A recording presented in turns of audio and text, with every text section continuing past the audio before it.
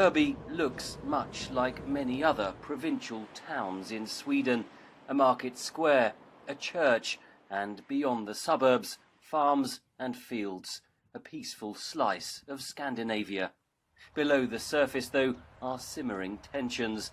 Hörby is the only Swedish town to have elected a mayor from the far-right Sweden Democrats Party, which wants strict restrictions on immigration and dramatic cuts in government spending on migrants.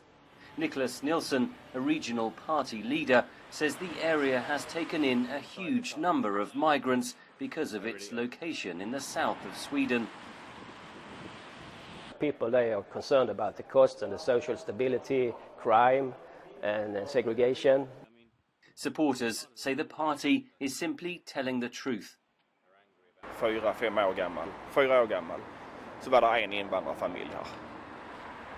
Och det var det sällsynt att man såg en som inte kom från Sverige här. Och nu är det, var man än tittar så är det invandrare. Där finns väldigt många som är jättebra. Så det är liksom, jag drar inte alla över en kam. Men där är väldigt många som håller på med skit. Det är väldigt mycket narkotika och det är misshandel och det är skadegörelse och så att man ser det. Enes Mekmedagic moved to Hörby as a young boy, his parents escaping the Balkan Wars of the 1990s in his home country of Croatia. He has a very different perspective. Immigration and immigrants are a scapegoat. Today in Sweden, it's always been lots of immigration in Sweden, but especially in a place like Hörby, it's more visible than in a city. Caroline Johansson runs the local newsstand. She says the immigration debate is overplayed and believes support for the far right is rooted in local issues.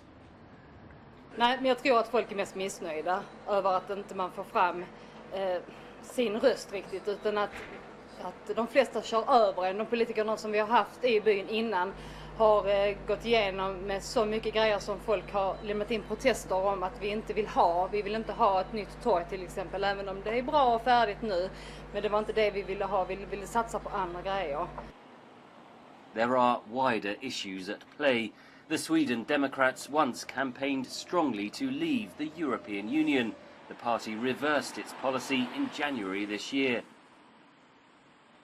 All the negative media about Brexit and the problems with Brexit, I think that has had a role, but also the fact that now parties like our own is growing in size in Europe, and that means that we can change the EU from within. The EU subsidises agriculture across Europe, and leaving the bloc would have big repercussions for farmers like Patrick Hansen, who runs a cattle farm a few kilometres outside Hörby. The profit is the funding from the EU for me, so I have I don't want to lose that money. Tensions over migration, over the EU, over democracy, played out here in Hörby and across Europe as the continent wrestles with its identity and its future. Henry Ridgewell for VOA News, Hörby in Sweden.